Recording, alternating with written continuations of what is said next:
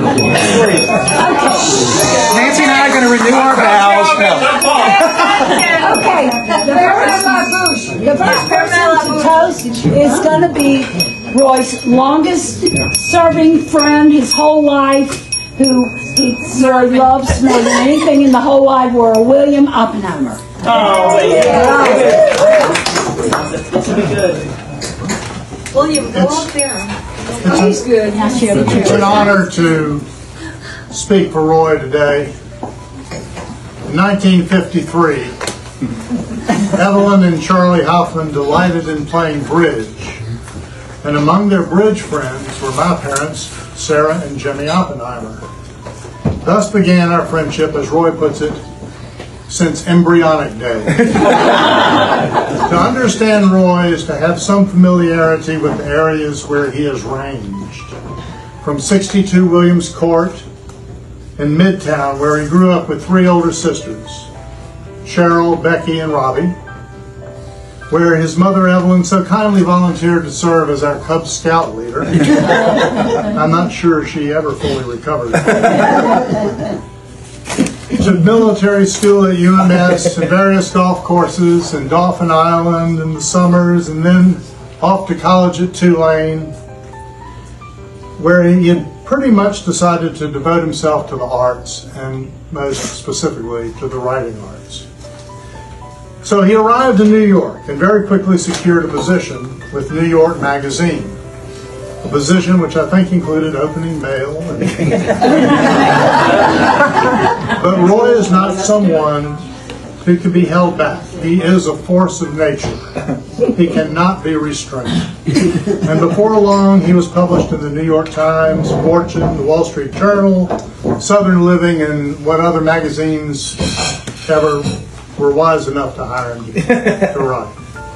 Soon came his first novel, Almost Family, a poignant story about the women who raised him. More essays came, more collections, more novels. Nancy and Meredith supported him in everything he did.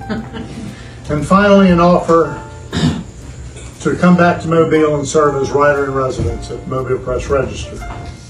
Roy's insight, his style, his focused perception, and his energy all contribute to his ability to understand people. And with all of his understanding, he couples love. Love of God, love for his family and friends, love of his community, and love for his country. He goes beyond the local. He is part of the national conversation. And now he and Nancy, and occasionally Meredith, relax on the fashionable Eastern Shore on Fly Creek. Will there be more writing? You can be assured there will. More satyrs? Of course. More parties? There had better be. What would we do without Roy's beautiful prose? His way of deftly setting a tone. If you are his friend, he holds nothing back to help. If you're not his friend, you've missed a lot of life. Here's the Roy.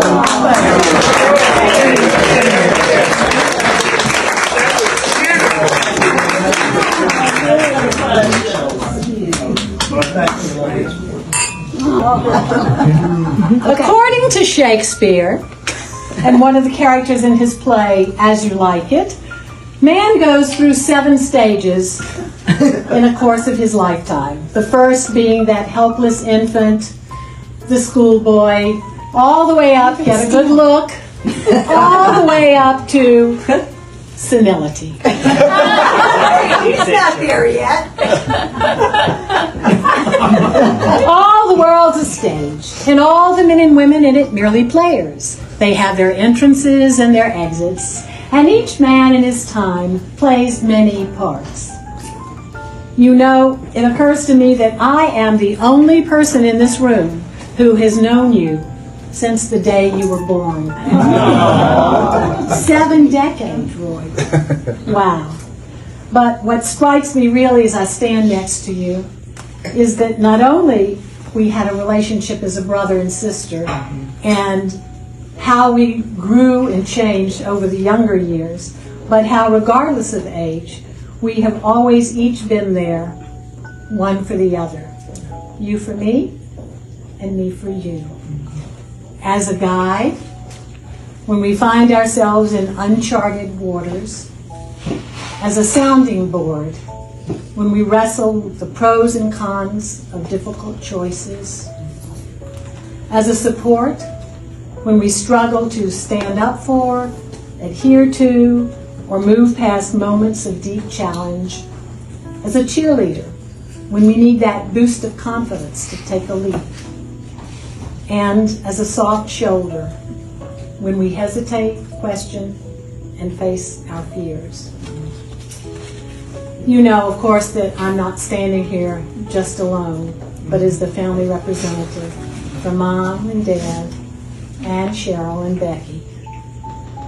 And all of whom have loved and supported you, and who have in return benefited from your love and attention every bit as much as I have.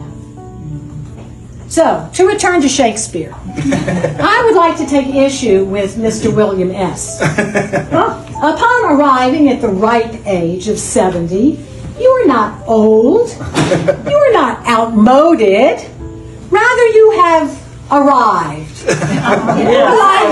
You are like a superior wine. You are vintage.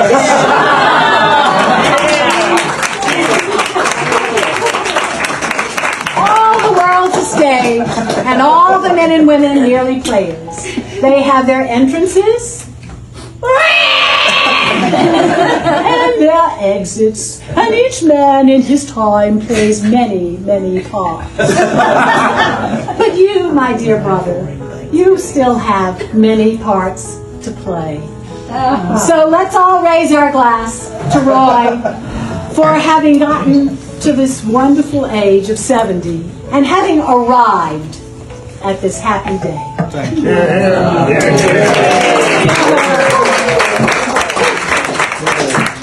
Great job, Robbie. John Sledge, his literary confidant and partner in crime, who he sees, goes to lunch with every week. John's first, then Barry. I'm sorry. Yeah, I'm thoroughly intimidated. What they said, for sure. Roy, I mean, as far as having just, you have more soul than any other friend that I have. I mean, it's really true. Roy was the last person to interview my father when he was dying of cancer. Sitting there in the bedroom listening to the birds, I read that interview and, tears come. And it's his power as a writer. It's his power to read people and be moved by them and convey that in words that I've always been impressed by. He makes it look easy, but it's wonderful to be at a talk that he gives and see him read an essay like the one you wrote on the ring, your dad's ring, and see people in the audience crying, bringing tears to their eyes, and that is significant artistic power. Roy has it, and I've really been a privileged bystander, boon companion and friend. I love the way you put it, Oppenheimer, that if you don't know him or if he's not your friend, you've really missed a lot of life. So it's been a great privilege and an honor. And thank you, John. How grand to see you here, looking better than ever. And God bless. Thank you so much, John.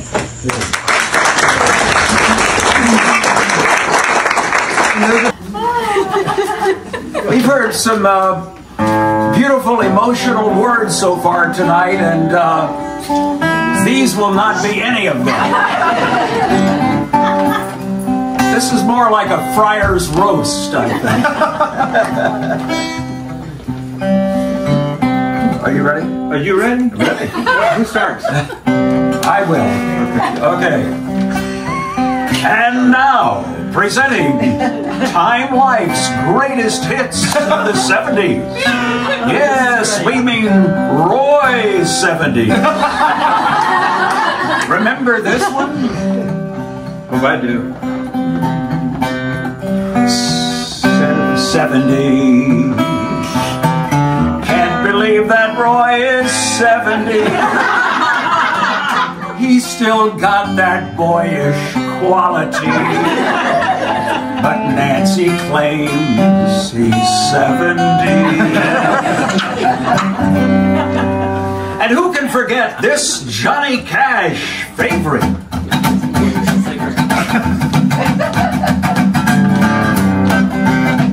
Yo, that's a little hot low, isn't it? Is that the right key? It's the right key. It's the key we practiced. It's okay, take two. Okay.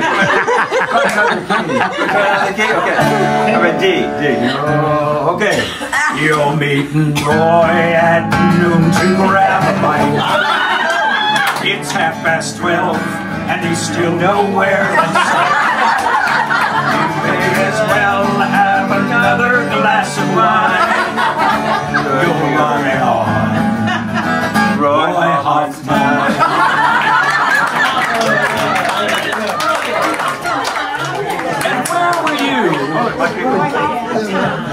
And where were you when you first heard this Simon and Garfunkel classic? Ready? Have you noticed Roy Hoffman's hair? Shiny white, so silky and fine. Yes, he's a writer extraordinaire. But what you'll remember is Roy Hoffman's hair.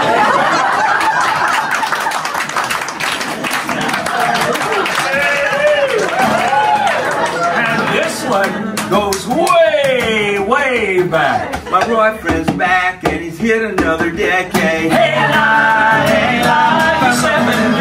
Don't understand. Wait, what I say? Oh, gonna take you shopping for hearing aids. Hey, he's back. Hey, my Roy friend's back. Hey, my Roy friend's back. He's back.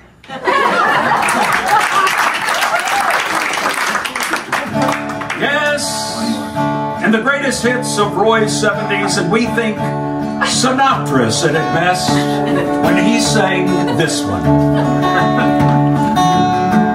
It's time to end our song, because at this age we need the rest. We hope you realize that all these tunes have been in jest. Let's raise our glasses high and let Roy know that he's the best. It's true, so here's to you, 'cause this is Roy.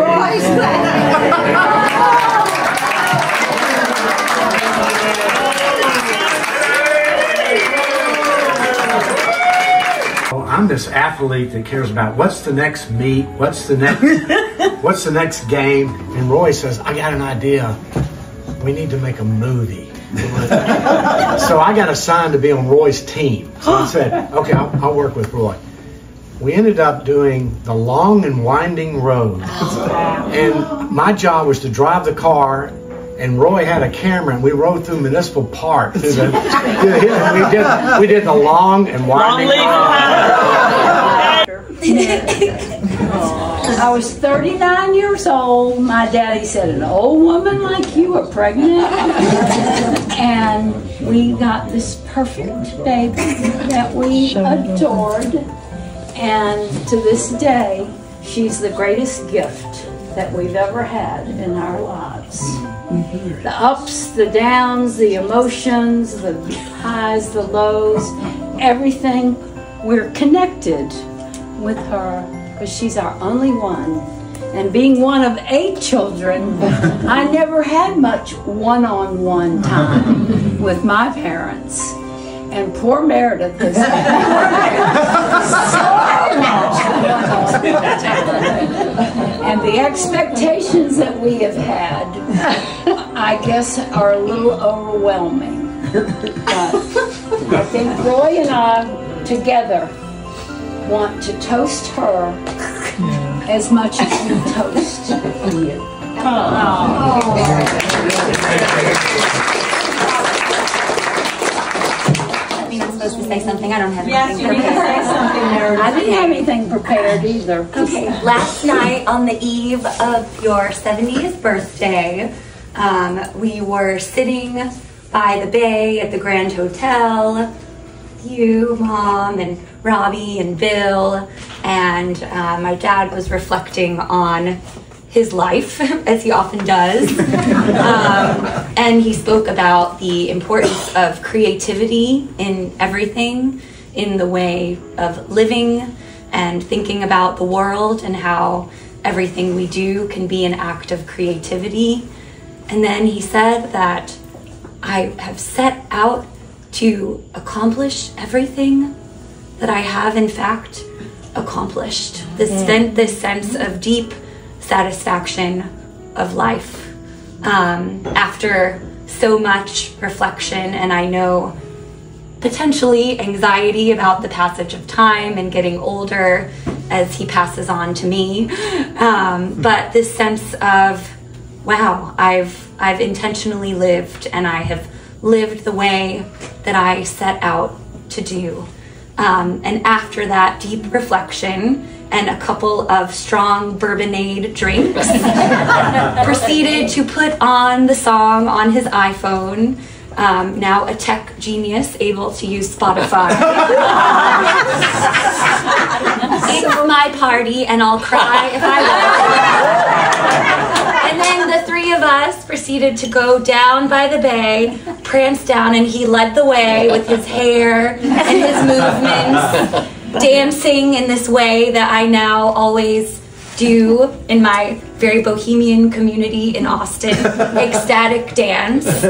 All of these friends who think that we have just discovered how to feel free and alive. And I'm reminded in that moment as we dance past all of these people staring at us, and then we dance through the pool, and we pass these kids who are looking at us, and I say, it's his birthday, and he says, it's my birthday, and they all start saying, happy birthday! That, and then having me drive him home and listening to one song after the next and putting on the documentary of Woodstock, which we were watching as it turned midnight.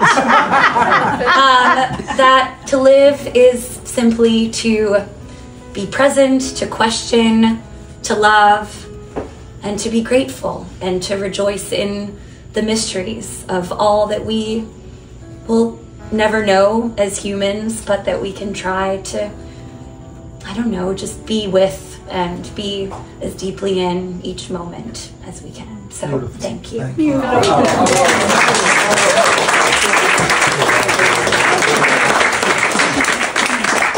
Now it's Roy's turn. I have a prop. Well, thank you all for those beautiful recitations. William, and John, Meredith, and Barry, and George, and Robbie, and Nancy, and all of you who are here. Each of you we have a special connection to, and some friends who couldn't be here, they were out of town, or, you know, whatever it might be, and friends in New York, and all the family that we've had, you know, Mom and Dad, and Cheryl and Becky were always among the first to call me, you know, and all of us have had people that we've said farewell to, but you always hear their voices again in your heart, wishing you, happy birthday, Roy, happy birthday, honey boy, happy birthday, rah rah, whatever it might be. So I always feel and believe very strongly at this age that we really do carry all the people who've loved us and made us with us, you know, always in our hearts. And we hope that as time goes on, you know, we will be carried by them. But I wanted to, the Roy Hoffman Players, a little skit, which is a little bit of a, to change the pace a little bit, if I can find my glasses. So, bear with me with the three hats. So, hey there, I'm Roy Hoffman, and I live in the greatest city on earth, New York. And it's my birthday. I'm 25 years old. I grew up in Alabama, but I'm a New Yorker now, and I always will be. The streets, the cafes, the galleries, the theaters, the beautiful women, who could ever choose just one? I love my family down south, but I'm a writer. when I'm not working to pay the overhead, I sit in the window of my studio apartment on the Lower West Side with my Smith Corona portable, and I witness the parade of humanity and I chronicle it all. This place feeds me.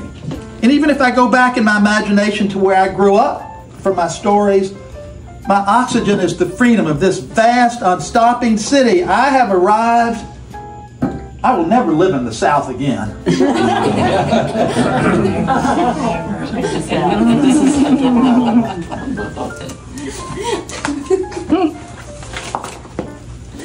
Well, sorry about the hat. Hey y'all, I'm Roy Hoffman. I'm 50 years old, and I live in the most beautiful setting on earth. Out the screen porch of our cottage in Point Clear, Alabama, is Mobile Bay. You left New York? Well, it just sort of, happened. Well, I've never been a planner either, but Alabama, did you keep writing? I always wondered if you'd give it up. You were such a dreamer and a procrastinator. Hey, young Roy, I published a novel I wrote in that studio window when I was 29. I came home from New York for a book signing, and the most important reader I've ever met, a spectacular woman, came in and bought a copy. I even have it here in this case with the signing too. Nancy Mosteller, a very enthusiastic person, and the sister of my high school friend. And so that evening she called me up where I was staying with my mom and dad, and she said, hey, I have an extra ticket to a Mardi Gras ball, and I don't know if you and your wife would like to join me. And I said, I don't have a wife. And she said, well, I don't have a husband. One ticket. So we danced the night away at the ball, and then she came to visit me in Manhattan once, and then again, the second time she gave me a gift, a shower curtain. Why, I asked. Because, she explained with her honeyed southern voice, yours is disgusting. Mom. You won't change me, I thought. Well, here we are. We fell in love, became young married New Yorkers, and had an amazing daughter, Meredith. Change the hat. But you're not staying in Alabama, right? No, it's an interlude. I do love writing for the newspaper and having the easy life on the bay, and it's wonderful seeing Mom every day. And I published a book of nonfiction back home, and I dedicated it to my parents, Charlie and Evelyn Hoffman, who gave me stories to tell, and my wife and daughter, Nancy and Meredith, who helped me get them told. Hey, 2 books in a half century. You're moving as slow as a broken down mule. When you move back to New York City, though, you'll get inspired again. Wait a minute.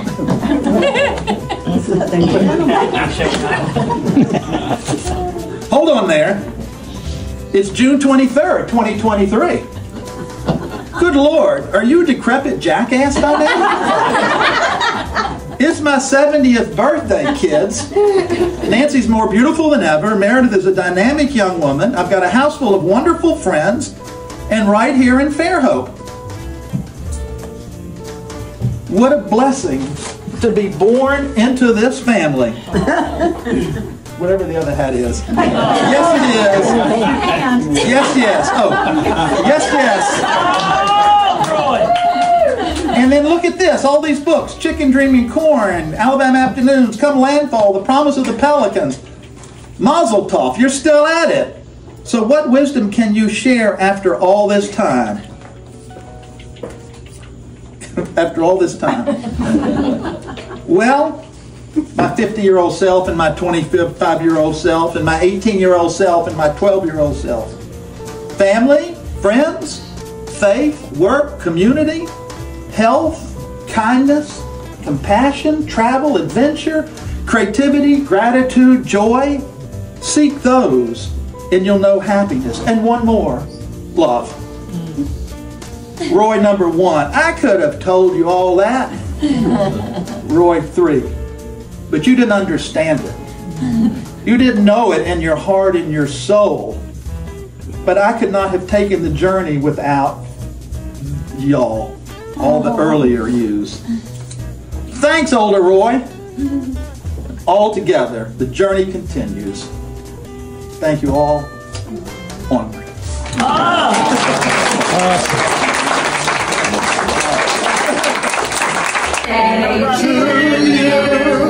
Happy birthday to you. Happy birthday, dear Roy. Happy birthday to you.